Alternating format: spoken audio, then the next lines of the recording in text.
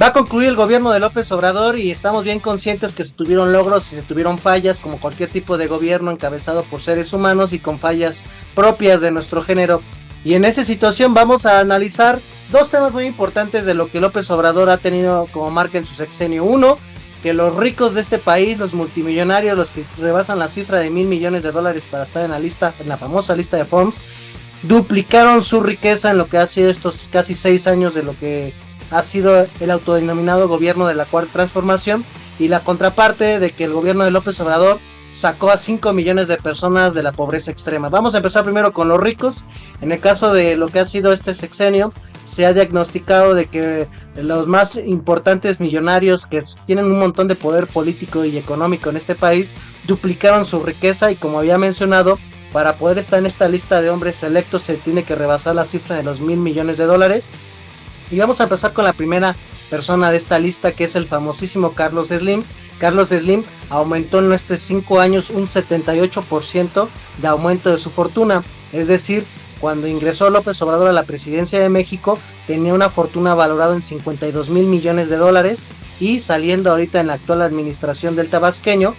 tiene ya una fortuna calculada en $94,000,000,000. Ese es el primer lugar de los más ricos provenientes de la plutocracia mexicana. El segundo es Germán Larrea, que tuvo un increíble, creo yo, muy increíble aumento de 994% de su riqueza. Germán Larrea ha sido de los más férreos opositores de López Obrador desde que era dirigente del PRD y después jefe de gobierno, y en sus 3 intentos como candidato presidencial. Y a pesar de que es uno de los más férreos opositores de López Obrador, que financió la campaña de la oposición para evitar la llegada de López Obrador a la presidencia, él tuvo un crecimiento económico que pasó de $3,000,000,000 a $37,000,000,000. Increíble. Es decir que tenemos un reflejo de que, a pesar de que tú seas opositor político de López Obrador en términos económicos y que utilizas ese poderío para influir en la política, pues fueron respetados sus ingresos millonarios, sus contratos, e incluso se les dieron más. Es sabido que Germán Larrea tuvo participación en lo que fue el proyecto emblema de López Obrador, que fue la construcción del Tren Maya, la refinería Dos Bocas. No se le cerraron las puertas para que sus empresas siguieran ganando a partir de la licitación de obra pública que hubo en este sexenio.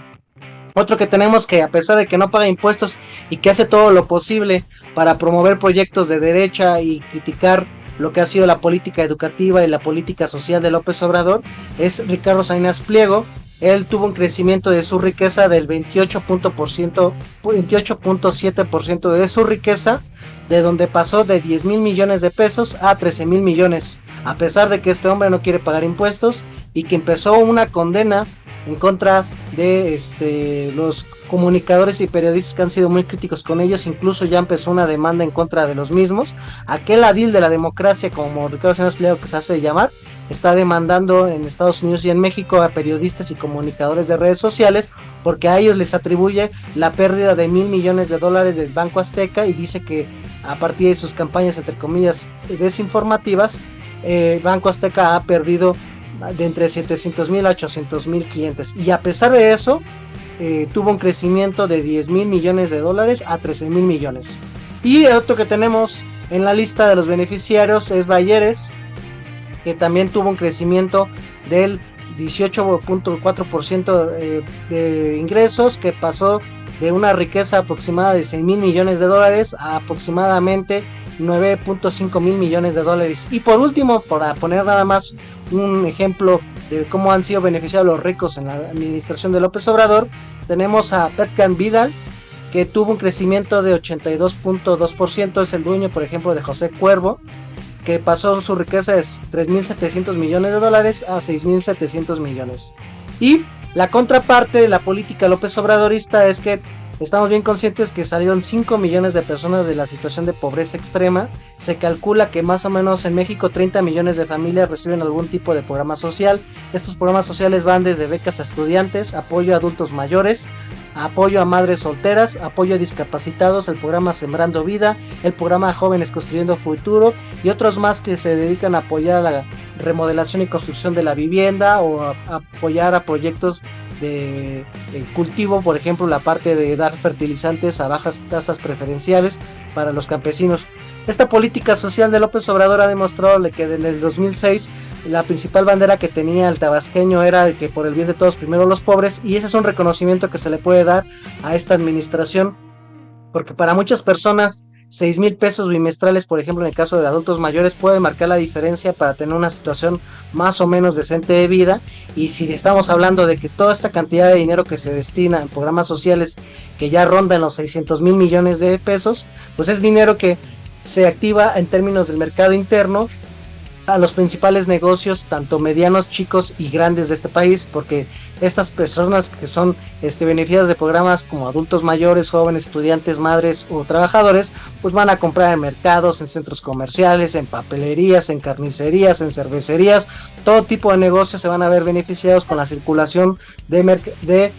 capital local para la adquisición de bienes y servicios, mercancías en general. Entonces aquí vemos el contraste de lo que ha sido el gobierno de la Cuarta Transformación. Recordemos que siempre, por ejemplo, muchos de estas élites económicas decían que íbamos a estar como Venezuela, como Cuba o Nicaragua, cuando la realidad política es de que sigue siendo una política capitalista, una política con un sentido social, con un programa de benefactor, en donde se quiere utilizar el Estado para ser el mediador entre las élites económicas y los sectores populares y sociales que convergemos en este país. Y en ese sentido, López Obrador es la representación de que se puede tener dentro del modelo capitalista proyectos que no dejen tan desamparados a los pobres de este país, porque la realidad política es de que tenemos que siempre ver la situación del mismo, y en esta situación vemos que López Obrador tumbó dos mitos: una, de que no se fueron los capitales, de que no se fueron los empleados, y la otra, de que se puede tener políticas públicas en beneficio de la gente más desposeída de este país. Y en ese sentido, pues esperemos que su siguiente heredera política, que es Claudia Sheinbaum, continúe por lo menos con la línea de bienestar para los sectores que han sido abandonados prácticamente en México desde el siglo XX, que han sido los sectores populares. Y en ese sentido, pues creo, tocayo, que hay que reconocerle la parte de la política social al proyecto López Obradorista, y que sin duda los ricos salieron todavía beneficiados de un gobierno que originalmente no querían que llegara en el 2018. Así es, tocayo. Yo creo que la parte de tu argumentación sobre reconocer que López Obrador está dentro del marco del capitalismo es importante, y aunque para los que tenemos algo de noción política y económica esto suena obvio, la verdad es que para el grueso de la población se vivía una expectativa de esto que estuvo alimentando a la derecha muchos años, sobre que somos como Venezuela o que vamos a acabar como Cuba, y esto que mencionabas, y pues demuestra dos cosas: que uno, Obrador está dentro del marco legal, del marco del juego del capitalismo, ¿no? Entonces descarta totalmente las aberraciones que le señalan como cosas de que son comunistas o que estamos en una dictadura castrochavista y estas alucinaciones que tienen. Y también ciertamente habrá que hacerle una crítica, pero desde la izquierda, ¿no? Y borrar también esta argumentación sobre la meritocracia, ¿no? Yo dudo mucho que Germán Larrea se haya despertado desde las 6 de la mañana o 5 de la mañana para ir a su lugar de trabajo y hacerse 2-3 horas de camino, y además pagar muchísimos impuestos, y además sufrir la violencia cotidiana que sufrimos como todos los trabajadores comunes y corrientes, ¿no? Ellos no son ricos porque se esfuercen mucho, porque trabajen mucho. Hay que rastrear cada uno de ellos la genealogía de su riqueza para ver que siempre han sido allegados al poder, que el Estado mexicano les ha beneficiado muchísimo, que el Estado en sí mismo tiene un carácter de clase, y que bueno, este gobierno no es esencialmente diferente al resto, ¿no? Hay un gobierno con un carácter también de clase, ¿no? Que ha beneficiado muchísimo a los multimillonarios. Si bien es cierto lo que señalas, que sí hay 5 millones de personas que salieron de la pobreza, y que esto fue gracias al aumento del salario mínimo, a la inyección de economía dentro del país. Acá yo difiero un poco de tu opinión, mi tocayo, y eso lo hablábamos un poco fuera de cámaras, porque Sí, hay una metodología neoliberal, básicamente la estructura económica de Andrés Manuel sigue siendo neoliberal, pero hay una muchísima mejor gestión, ¿no? O sea, hay una mejor administración pública, hay una disminución de la corrupción generalizada, ¿no? Está incluso el instituto para devolver al pueblo lo robado, o sea, sí hay una mejoría en la gestión del capital, sobre todo para disminuir tanto las balances o las desigualdades en el país, pero sigue sin haber una movilidad social, ¿no? Y con esto me refiero a que tú naces pobre y vas a morir pobre seguramente, ¿no? Y los ricos siempre van a ser ricos. Entonces,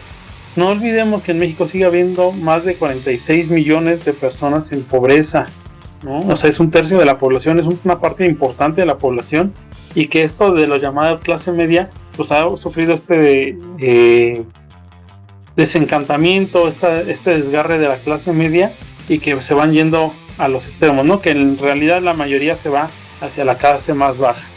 Y bueno, creo que la REA, el rey del cobre, es un ejemplo clarísimo sobre que las reglas del capitalismo económicas, no importa la gestión, siempre le van a beneficiar a uno. O sea, es ridículo la cantidad de dinero que acumuló, el porcentaje es ridículo, y el Slim que concentra el 4% de la riqueza de todo el país también es un poco ofensivo, la verdad, ¿no? O sabemos que tiene la construcción del Tren Maya, ¿no? O sabemos que tuvo involucramiento en varias obras públicas de Estado, básicamente. Lo mismo que el resto de los super ricos, ¿no? Yo creo que por último terminaría con la metodología, insisto, de cómo clasificaron esto, de cómo sacamos a los 5 millones, ¿no? De la riqueza. Pues el INEGI, por alguna metodología que desconozco con exactitud y que la traté de buscar y no viene con tanta precisión, decidió clasificar que la clase media era con un ingreso por arriba de 22,000 pesos mensuales, ¿no? Y que además también se tenía que considerar o tomar en cuenta el acceso a la educación, el acceso a la cultura, a la vivienda, incluso al internet, ¿no? A las tarjetas de crédito, a los autos y a los regalos, ¿no? Como si esto fuera un lujo, como si esto no fuera parte de una necesidad humana, y hablo de una necesidad humana cuando sabemos que la mitad de las tarjetas de crédito se usan para comprar alimentos, o simplemente el derecho al descanso, a la recreación, pues también es un derecho humano, ¿no? Entonces pareciera que si hay dinero para eso, hay dinero para otras cosas, y no, es parte de un derecho, ¿no? Y eso a veces se olvida y se toma como si gastan para las fiestas, tienen que gastar para comer, y eso es relativamente falso, ¿vale? Entonces yo creo que quiero asentar que esta crítica va desde la izquierda, no desde la derecha, no porque Obrador sea un comunista, no porque, o todos los adjetivos que le quieran poner como meme, sino que hay una crítica real a la gestión de Obrador desde la izquierda. ¿Y qué es esto, no? Que sigue habiendo un modelo neoliberal, que los ricos siguen siendo muy muy ricos, espantosamente ricos, y que sigue habiendo muy poca movilidad social, y que sigue habiendo una buena parte de los mexicanos en pobreza, incluso en pobreza extrema en nuestro país. Vamos a ver qué va a preparar el siguiente sexenio, si va a haber una línea de continuidad de sacar a la gente de la pobreza extrema, o que la gente pobre pueda aspirar a ser clase media, o que clase media pueda tener una mejor oportunidad, que se ve más difícil de pertenecer a la lista de millonarios, y que sobre todo estos millonarios paguen los impuestos, porque si estamos hablando de esta estabilidad política macroeconómica, López Obrador, si más adelante se les obliga a que paguen los impuestos que deben, pues evidentemente vamos a ver una mejoría en la situación social y política con la inversión pública que se pueda generar, y en ese sentido lo vamos a seguir hablando en el siguiente sexenio en este programa Vínculo Político. Si les ha gustado este programa, los invitamos a que nos comenten, siempre vamos a responder y leer sus comentarios, y también si les parece pertinente, den campanita de me gusta, sigan las páginas de nuestras redes sociales y puedan compartirlo si creen que este programa le va a gustar a alguno de sus amigos. Nos estamos viendo para otra edición de Vínculo Político.